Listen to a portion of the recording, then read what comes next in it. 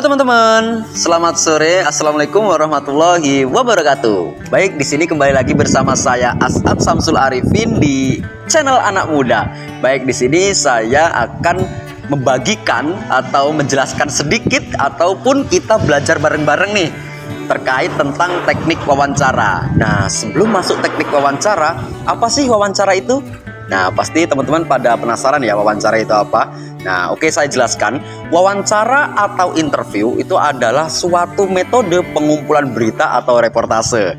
Nah, lalu tujuan dari wawancara ini apa ya? Nah, pasti teman-teman pada bingung. Wawancara adalah pengumpulan, tujuannya apa? Nah, tujuannya adalah untuk menggali informasi secara faktual, jelas, dan kredibel. Nah, ketika kita wawancara itu harus mengumpulkan berita secara jelas, tidak boleh diada-adakan. Jadi disitulah terjadinya kita harus mencarinya juga secara jelas pada waktu itu juga. Oke teman-teman, lalu teknik wawancara itu apa sih? Yuk simak selanjutnya. Ketemu lagi kita. Nah, di sini saya akan melanjutkan tentang teknik wawancara. Nah, untuk teknik wawancara nih teman-teman ya, tidak ada ketentuan khusus nih. Namun di sini saya akan memberikan tiga tahapan ya. Untuk tahapan yang pertama adalah persiapan atau prawawancara. Nah, di sini ada beberapa nih. Yang pertama kita harus menentukan topik atau masalah.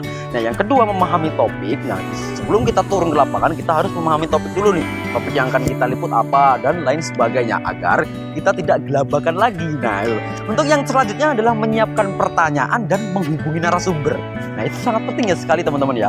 Lalu tahap yang kedua yaitu tahap pelaksanaan wawancara.